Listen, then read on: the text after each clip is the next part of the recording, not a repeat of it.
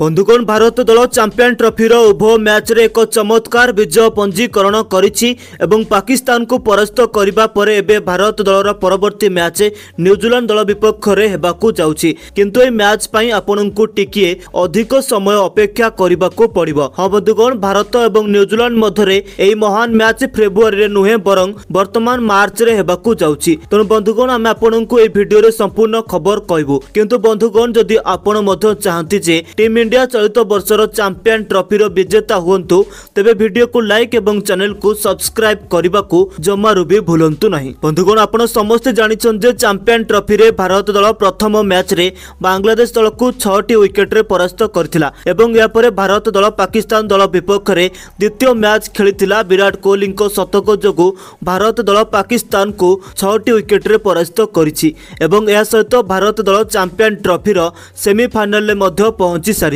एवं भारत ठारो परास्त होबा परे पाकिस्तान दल प्राय चैंपियन ट्रॉफी रो बाद पड़िछि एवं वर्तमान ग्रुप पर्यायर तृतीय मैच भारत दल पई बाकी अछि जा भारत दल न्यूजीलैंड दल विपक्ष रे खेलिबाकू जाउछि किंतु बंधुगण ए मैच पई आपनकू 5 रु 6 दिन पर्यंत अपेक्षा करिबाकू पड़िबो कारण ए दुई दल मध्यरे ए महान मैच फेब्रुआरी रे नुहे बरं मार्च 2 रे खेला जिवो एवं या ग्रुप पर्यायर शेष मैच हेबाकू जाउछि। या पर दुईटी सेमीफाइनल एवं गोटिए फाइनल मैच खेला जिवो एवं ए मैच रो टॉस भारतीय समय अपराह्न 2टारे हेबो एवं ए मैच रो प्रथम बॉल अपराह्न 2:30 रे बोलिंग करा जिवो। तबे आपनको कोन लागुछि कोन भारत न्यूजीलैंड को परास्त करी पॉइंट टेबल रे 1 नंबर स्थान बजाय रखिबो ना नाही आपनको राय गोटे कमेंट करी जणांतु एवं एही परी क्रिकेट खबर पई हमर चैनल क्रिक टाइम ओडिया को सब्सक्राइब करी बेल आइकन को मध्य प्रेस कर दियंतु।